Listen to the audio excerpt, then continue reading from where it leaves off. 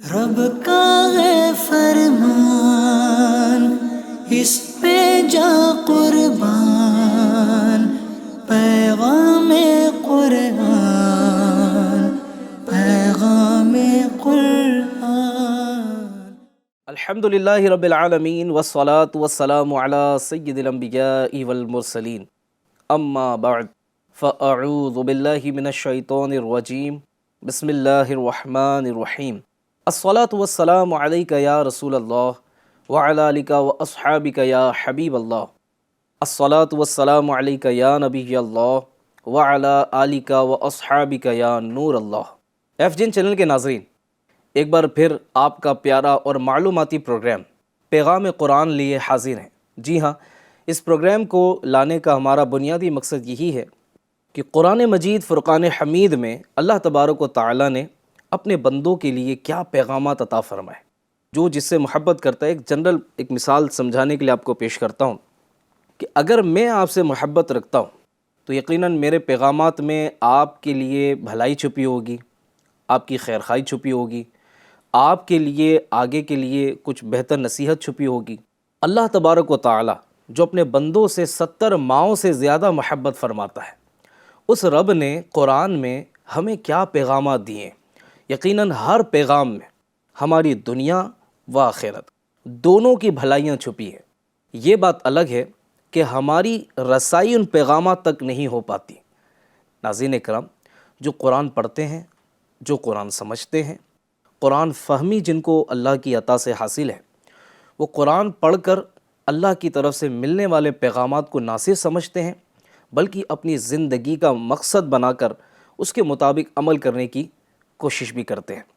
تو ہمارے اس پروگرام کو لانے کا مقصد بھی یہی ہے کہ ہم اللہ کے پیغامات، قرآن مجید کے پیغامات آپ تک پہنچائیں، ہم اس کے مطابق اپنی دنیا اور آخرت کو بہتر بنانے کی کوشش کر سکیں۔ نیت فرما لیں کہ انشاءاللہ پروگرام میں مکمل شرکت کریں گے اور آج جو قرآن پاک کا پیغام ہم سنیں گے اس کے مطابق عمل کی کوشش کریں گے۔ مصطفیٰ جان رحمت شمع بزم ہدایت، نو شائع بزم جنت صلی اللہ علیہ وسلم پر درود و سلام پڑھنے کے بڑے فضائل اور بڑی برکتیں ہیں۔ آقا کریم صلی اللہ علیہ وسلم نے ارشاد فرمایا، جس نے کتاب میں مجھ پر درود پاک لکھا تو جب تک میرا نام اس میں رہے گا، فرشتے اس کے لیے استغفار یعنی بخشش کی دعا کرتے رہیں گے۔ صلو علی الحبیب صلی اللہ علی محمد صلی اللہ علیہ وآلہ وسلم۔ تو ناظرین، پروگرام ہے پیغام قرآن۔ پیغام قرآن میں آج کا جو ہمارا ایپیسوڈ ہے جس کا نام ہے عذاب الہی میں مبتلا ہونے کے اسباب، پہلے آیت مبارکہ سنتے ہیں اور پھر آگے اپنی گفتگو کو لے کر بڑھتے ہیں۔ نبئ عبادی انی انا الغفور الرحیم۔ ناظرین اکرام، ماشاء اللہ الکریم، آپ نے پیاری پیاری آیت مبارکہ کی تلاوت سماعت فرمائی۔ یقیناً اس میں ہمارے لیے کتنا پیارا پیغام ہے۔ کیا فرمایا میرے رب نے؟ اللہ تبارک و تعالیٰ نے فرمایا، میرے بندوں کو خبر دو کہ بے شک میں ہی بخشنے والا مہربان ہوں اور بے شک میرا ہی عذاب دردناک عذاب ہے۔ ایف جین چینل کے ناظرین، اس آیت اور اس کے بعد والی آیت میں اللہ تبارک و تعالیٰ کی طرف سے لوگوں کو گناہ کرنے سے ڈرایا گیا ہے اور جو گناہ ہو چکے ہیں ان سے توبہ کرنے کا حکم دیا گیا ہے۔ ان دونوں آیتوں کا خلاصہ یہ ہے کہ اللہ تبارک و تعالیٰ نے فرمایا، اے حبیب صلی اللہ علیہ وآلہ وسلم، آپ میرے بندوں کو بتا دیں کہ جب وہ اپنے گناہوں سے توبہ کر لیں تو میں ہی ان کے گناہوں پر پردہ ڈال کر ان گناہوں کے سبب ہونے والی رسوائی اور عذاب سے انہیں بچاتا ہوں، اور گناہوں سے توبہ کرنے کے بعد انہیں عذاب نہ دے کر ان پر رحم فرماتا ہوں۔ اور میرے بندوں کو یہ بھی بتا دیں کہ میرا عذاب ان کے لیے ہے جو اپنے گناہوں پر قائم رہے، جو اپنے گناہوں پر قائم رہیں اور ان سے توبہ نہ کریں۔ میرا عذاب اتنا دردناک عذاب ہے کہ اس جیسا دردناک کوئی عذاب ہو ہی نہیں سکتا۔ ایف جین چینل کے ناظرین، ان آیات سے یہ معلوم ہوا کہ بندوں کو امید اور خوف کے درمیان رہنا چاہیے۔ کیا سیکھنے کو ملا؟ کہ بندے کو، ہم سب کو امید اور خوف اس کے درمیان رہنا چاہیے کہ اللہ تبارک و تعالیٰ کی رحمت کی وسعت دیکھ کر گناہوں پر بے باک ہو، نہ اللہ تبارک و تعالیٰ کے عذاب کی شدت دیکھ کر اس کی رحمت سے مایوس ہو۔ یعنی ایسا نہ ہو کہ ہم اللہ تبارک و تعالیٰ کی رحمت کی وسعت دیکھ کر اتنے زیادہ بے باک ہو جائیں کہ ہم یہ ذہن بنا لیں کہ بھائی جھوٹ بولنا ہے بولتے رہو، غیبتیں کرنی ہے کرتے رہو، اللہ رحیم و کریم ہے، بخش دے گا۔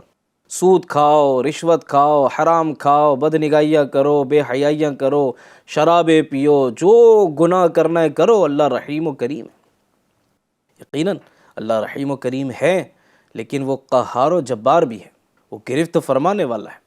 تو اس کی رحمت کی وسعتیں دیکھ کر کہیں ہم دھوکے میں نہ آ جائیں ان معنوں میں کہ وہ رحیم و کریم ہے، اب ہم چاہیں جو گناہ کرتے چلے جائیں، تو ایسا نہیں ہے، ٹھیک ہے، اس سے روکا گیا۔ دوسری بات کہ کہیں اللہ تبارک و تعالیٰ کے عذاب کی شدت کے بارے میں سن کر، یعنی سخت عذابات کا تذکرہ سن کر ہم مایوس نہ ہو جائیں، یعنی ایسے ڈر نہ جائیں کہ اب ہم یہ ذہن بنا لیں کہ اب میری بخشش نہیں ہونی، اب مجھے بخشا نہیں جائے گا۔ تو یہ بھی غلط ہے، یہ بھی ایک سمجھو ایک جرم ہی ہے کہ اللہ کی رحمت سے مایوس نہ ہو۔ قرآن میں اللہ تبارک و تعالیٰ نے ایک مقام پر ارشاد فرمایا لا تقنطوا من رحمت اللہ، کہ اللہ کی رحمت سے نا امید نہ ہو، مایوس نہ ہو، اللہ کی رحمت بہت بڑی ہے۔ تو خلاصہ کلام ناظرین یہ ہے کہ ہم اپنے آپ کو خوف اور امید کے درمیان رکھیں، اللہ کی رحمت سے بھی امیدیں ہوں اور اس کے عذاب کا ڈر بھی ہمیں ہو کہ میں نے اگر یہ گناہ کیا تو میرا رب ناراض ہوگا، میرا رب اگر ناراض ہو گیا اور اس گناہ کی وجہ سے مجھے عذاب میں مبتلا کر دیا گیا تو میرا کیا بنے گا۔ اگر اس طرح خوف اور امید کے درمیان ہوں گے تو انشاءاللہ امید ہے کہ بہت سارے برے کاموں سے بچنے میں مدد ملے گی۔ اسی سے متعلق صحیح بخاری شریف میں ہے، حضور جان عالم شمع بزم ہدایت صلی اللہ علیہ وسلم نے ارشاد فرمایا جس روز اللہ تبارک و تعالیٰ نے رحمت کو پیدا فرمایا تو اس کے 100 حصے کیے اور 99 حصے اپنے پاس رکھ کر ایک حصہ مخلوق کے لیے بھیج دیا۔ اگر وہ جو مسلمان نہیں ہیں وہ بھی یہ جان لیں کہ اللہ تعالیٰ کے پاس کتنی رحمت ہے تو وہ بھی جنت سے مایوس نہ ہوں، اور اگر مومن یہ جان لے کہ اس کے پاس کتنا عذاب ہے تو جہنم سے وہ بھی بے خوف نہ ہوں۔ اللہ اللہ۔ اور صحیح مسلم شریف میں ہے کہ رسول اللہ صلی اللہ تعالیٰ علیہ وسلم نے ارشاد فرمایا اگر مومن جان لیتا کہ اللہ تعالیٰ کے پاس کتنا عذاب ہے تو کوئی بھی اس کی جنت کی امید نہ رکھتا، اور اگر وہ جو مسلمان نہیں ہے وہ جان لیتا کہ اللہ تبارک و تعالیٰ کے پاس کتنی رحمت ہے تو اس کی جنت سے کوئی نا امید نہ ہوتا۔ ناظرین اکرام، یہاں امید اور خوف کے درمیان رہنے کی ایک بہترین صورت ملاحظہ فرمائیے، سماعت فرمائیے۔ حضرت عمر فاروق اعظم رضی اللہ تعالی عنہ نے ایک مرتبہ ارشاد فرمایا اگر آسمان سے کوئی اعلان کرنے والا یہ اعلان کرے کہ اے لوگو تم سب جنت میں داخل ہو جاؤ گے لیکن ایک شخص جنت میں داخل نہیں ہوگا، تو میں اس بات سے ضرور ڈروں گا کہ کہیں وہ شخص میں ہی نہ ہوں۔ اور اگر اعلان کرنے والا یہ کہے کہ اے لوگو تم سب جہنم میں جاؤ گے البتہ ایک شخص جہنم میں نہیں جائے گا، تو میں ضرور یہ امید رکھوں گا کہ وہ شخص میں ہی ہوں۔ سبحان اللہ۔ ناظرین، یہ ہے خوف اور امید کے درمیان رہنے کی شاندار مثال جو خلیفہ دوم امیر المومنین خلیفۃ المسلمین عمر فاروق اعظم رضی اللہ تعالی عنہ کی سیرت پاک سے ہمیں سیکھنے کا موقع ملا کہ اگر کوئی اعلان کرے کہ تم سب جنت میں داخل ہو جاؤ گے لیکن ایک شخص جنت میں داخل نہیں ہوگا، تو میں ڈروں گا کہ کہیں وہ میں ہی نہ ہو۔ اور ایک اگر یہ اعلان کرے منادی کہ تم سب جہنم میں جاؤ گے سوائے ایک کے، تو میں امید رکھتا ہوں کہ وہ میں ہی ہوں گا جو جہنم میں جانے سے بچ جاؤں۔ تو یہ خوف اور امید والی کیفیت ہے۔ خیر، علامہ علی بن محمد خازن رحمۃ اللہ تعالی علیہ ان آیات کے تحت چند نکات کچھ پوائنٹس بیان کرتے ہوئے فرماتے ہیں اللہ تبارک و تعالی نے بندوں کی نسبت اپنی ذات کی طرف کرتے ہوئے فرمایا کہ میرے بندوں کو خبر دو۔ اس میں بندوں کی عزت افزائی ہے اور جس نے بھی اس بات کا اعتراف کیا کہ وہ اللہ تعالیٰ کا بندہ ہے تو وہ اس عزت و تعظیم میں داخل ہے۔ مزید فرماتے ہیں جب اللہ تبارک و تعالیٰ نے اپنی رحمت و مغفرت کا ذکر کیا تو اسے بڑی تاکید کے ساتھ بیان کیا، اور جب عذاب کا ذکر کیا تو اسے خبر دینے کے انداز میں بیان کیا۔ نیز اپنی رحمت و مغفرت کا ذکر پہلے اور عذاب کا ذکر بعد میں فرمایا۔ یہ اس بات کی دلیل ہے کہ اللہ تبارک و تعالیٰ کی رحمت و مغفرت اس کے غضب و عذاب پر سبقت رکھتی ہے۔ سبقت رحمتی علی غضبی، تو نے جب سے سنا دیا یا رب، آسرا ہم گناہ گاروں کا اور مضبوط ہو گیا یا رب۔ سبحان اللہ، کہ اللہ تعالیٰ کی رحمت جو ہے اس کے غضب پر حاوی ہے۔ مزید لکھتے ہیں اللہ تبارک و تعالیٰ نے اپنے حبیب صلی اللہ علیہ وسلم سے ارشاد فرمایا کہ وہ اس کے بندوں تک میری رحمت و مغفرت اور عذاب کی بات پہنچا دے۔ تو گویا اللہ تبارک و تعالیٰ نے رحمت و مغفرت کا التزام فرمانے میں اپنی ذات پر اپنے حبیب صلی اللہ علیہ وسلم کو گواہ بنایا۔ قربان جاؤں میں، قربان جاؤں، سبحان اللہ۔ یہی نکات امام فخر الدین رازی رحمۃ اللہ تعالی علیہ نے بھی تفسیر کبیر میں بیان فرمائے ہیں۔ اسی مقام پر آپ رحمۃ اللہ علیہ مزید فرماتے ہیں، ہر اس شخص کو خبر دے دیں جو میرا بندہ ہونے کا اعتراف کرتا ہے، جو یہ کہتا ہے کہ میں اللہ کا بندہ ہوں، اس تک یہ خبر پہنچا دی جائے۔ اس میں جس طرح اطاعت گزار مومن داخل ہیں، اسی طرح گناہ گار مومن بھی اس میں داخل ہیں، اور یہ سب باتیں اس چیز پر دلالت کرتی ہے کہ اللہ تعالیٰ کی رحمت اس کے غضب پر غالب ہے۔ FGN چینل کے ناظرین، اللہ تبارک و تعالیٰ کی رحمت کا اس کے غضب پر غالب ہونے کا ذکر کثرت سے احادیث میں صراحت کے ساتھ موجود ہے۔ صحیح بخاری شریف، صحیح مسلم شریف، سنن ترمذی اور ابن ماجہ وغیرہ میں ہے کہ رسول اکرم صلی اللہ علیہ وسلم نے ارشاد فرمایا، جب اللہ تبارک و تعالی مخلوق کو پیدا فرما چکا تو لوح محفوظ میں جو اس کے پاس عرش کے اوپر ہے لکھ لیا کہ میری رحمت میرے غضب پر غالب آ گئی ہے۔ سبحان اللہ۔ صحیح مسلم شریف میں ہے کہ رسول اکرم صلی اللہ تعالی علیہ وسلم نے فرمایا، اللہ تعالیٰ ارشاد فرماتا ہے میری رحمت میرے غضب پر سبقت رکھتی ہے۔ دعا ہے کہ اللہ تبارک و تعالی ہمیں اپنے غضب سے محفوظ فرمائے اور اپنی رحمت سے ہمیں بھی حصہ عطا فرمائے، آمین بجاہ النبی الامین صلی اللہ علیہ وسلم۔ ناظرین اکرام، یاد رہے جو ایمان کے بغیر ہی، یعنی ایمان اس کے پاس نہیں تھا، اسی حالت میں مرا، وہ تو جہنم کے دردناک عذاب میں ہمیشہ کے لیے مبتلا ہوگا۔ البتہ جو گناہ گار مسلمان اپنے گناہوں سے توبہ کیے بغیر انتقال کر گیا تو اس کا معاملہ اللہ تعالیٰ کی مشیت پر موقوف ہے، یعنی اللہ تبارک و تعالیٰ چاہے تو اسے سزا دے، اور اللہ تبارک و تعالیٰ چاہے تو اسے جنت کا داخلہ عطا فرما دے۔ تو یہ اللہ رب العالمین کی مشیت پر موقوف ہے، وہ جو چاہے کرے، وہ مالک ہے، وہ خالق ہے، وہ جو چاہے کرے۔ یہاں یہ بھی یاد رہے کہ جس طرح بہت سے اسباب ایسے ہیں جن سے بندے کو اللہ تبارک و تعالیٰ کی رحمت و مغفرت حاصل ہوتی ہے، اسی طرح بہت سے ایسے اسباب بھی ہیں ناظرین کہ جن سے بندہ اللہ تعالیٰ کے شدید اور دردناک عذاب میں مبتلا ہو جاتا ہے۔ ان میں سے کچھ پوائنٹس میں آپ کو بیان کرتا ہوں کہ یہ وہ ہیں کہ جن کی وجہ سے بندہ اللہ تبارک و تعالیٰ کے عذاب میں مبتلا ہو سکتا ہے، جس میں پہلے نمبر پر ہے اللہ تعالیٰ کے ساتھ شرک کرنا، اس کے علاوہ کسی اور کو عبادت کے لائق سمجھنا، اسی طرح اللہ تعالیٰ پر جھوٹ باندھنا۔ جی ہاں، اللہ تبارک و تعالیٰ پر جھوٹ باندھنا یہ بھی اللہ کے عذاب میں مبتلا ہونے کا ایک سبب ہے۔ اسی طرح منافقت اختیار کرنا، کہ زبان پر تو بڑی اچھی اچھی باتیں ہیں، اللہ و رسول کی محبت کی باتیں ہیں اور دیگر بہت ساری اچھی باتیں ہیں قرآن و حدیث سے متعلق، لیکن دل اس کی تائید میں نہیں ہے، دل ویسا نہیں ہے، دل میں نفاق بھرا ہوا ہے، دل میں کچھ اور ارادے ہیں، تو یہ بھی اللہ تبارک و تعالیٰ کے عذاب میں مبتلا ہونے کا سبب بن سکتا ہے۔ اسی طرح ایک اور سبب لکھا ہے، اللہ تعالیٰ اور اس کے رسول کے احکام کی نافرمانی کرنا۔